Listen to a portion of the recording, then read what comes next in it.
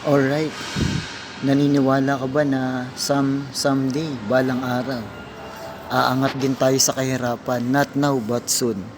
Ako, based on sa sarili kong paniniwala, 100%.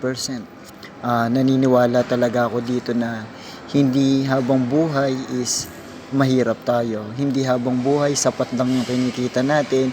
Hindi habang buhay is nasa employment tayo.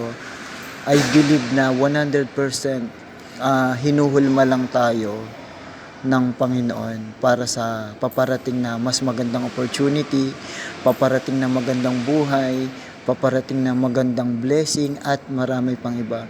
Kaya ang lagi ko lang pinangahawakan sa sarili ko is trust the process, just focus, just be patient, and never give up. Soon tayo naman ang mapupunta sa ibabaw. Alright? Ayan ang message natin for today. So don't forget to like, share my YouTube channel. Just search Boss Majin TV. So that's all. Thank you.